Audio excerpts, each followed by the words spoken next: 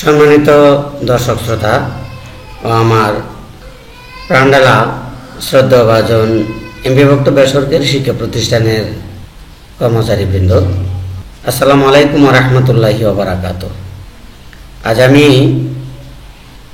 তৃতীয় এবং চতুর্থ শ্রেণীর কর্মচারী এমপিভুক্ত বেসরকারি শিক্ষা প্রতিষ্ঠানে যারা কর্মরত রয়েছে তাদের বিষয়ে উৎসব ভাতার সর্বশেষ আপডেট নিউজটুকু আজকের এই ভিডিও টিউটোরিয়ালটির মাধ্যমে উত্থাপন করব।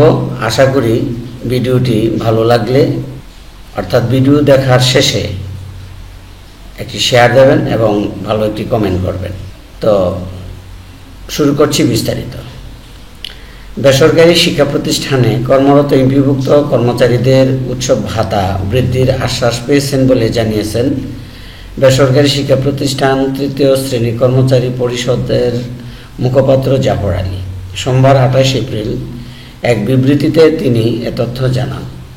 জাফর আলী বলেন, শিক্ষকদের উৎসব ভাতা বাড়ানোর উদ্যোগ নেওয়া হলেও কর্মচারীদের ভাতা বাড়ানোর কোনো প্রস্তাব এখনও অর্থ মন্ত্রণালয়ে পাঠানো হয়নি। এ বিষয়ে শিক্ষা মন্ত্রণালয়ের মাধ্যমিক উচ্চ শিক্ষা বিভাগের সিনিয়র সচিবের সঙ্গে সাক্ষাৎ করেছি। তিনি আমাদের উৎসব ভাতা বৃদ্ধির বিষয়ে আশ্বস্ত করেছেন।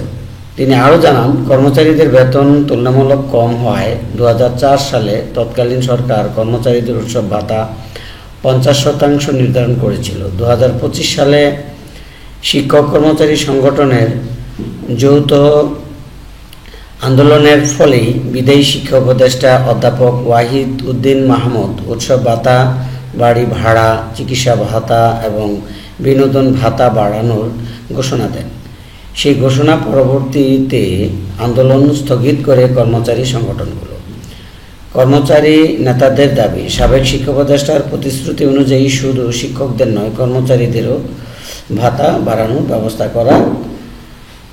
করতে হবে। তারা জানিয়েছেন, লিখিতভাবে দাবিনামা মন্ত্রণালয়ে জমা দেওয়া হবে এবং 1 মে রাজধানীর হাবিবুল্লাহ বাহার কলেজ কর্মচারীদের সভা অনুষ্ঠিত হবে। সেখানে উৎসব ভাতা বৃদ্ধির অগ্রগতি পর্যালোচনা করে ভবিষ্যৎ কর্মসূচি ঠিক করা হবে। দাবি পূরণ না হলে কঠোর আন্দোলনে যাওয়ার হুঁশিয়ারি দিয়েছেন তারা। তাছাড়া আরও অন্যতম আরেকটি কারণ ছিল, সেটি হচ্ছে যে শিক্ষক কর্মচারীদের বাজেটের পূর্বেই যেহেতু উৎসব ভাতা বৃদ্ধির ক্ষেত্রে অর্থাৎ 25% উৎসব ভাতা বৃদ্ধির জন্য 229 কোটি টাকার প্রয়োজন শুধু শিক্ষকদের জন্য, এবং কর্মচারীদের জন্য আরও 25% বৃদ্ধি করলে 50 কোটি টাকার প্রয়োজন। এখন এই দুই অর্থ একসাথে সংকুলান ততক্ষণ পর্যন্ত ছিল না, অর্থাৎ ব্যবস্থা ছিল না। তো যাই হোক, পরবর্তীতে যেহেতু শিক্ষা সচিব মহোদয় আশ্বস্ত করেছেন, তাহলে এর একটি ব্যবস্থা আশা করা যাচ্ছে, ইনশাল্লাহ হবে। এতে আমাদের আসলে কোনো হতাশ হওয়ার কারণ দেখতেছি না। আশা করছি আপনারাও ইনশাল্লাহ 50 থেকে 25% বাড়িয়ে 75% আপনাদেরকেও দেবে। এই প্রত্যাশা রেখে আজকের মতো ভিডিওটি এখানেই শেষ করছি। আল্লাহ হাফেজ।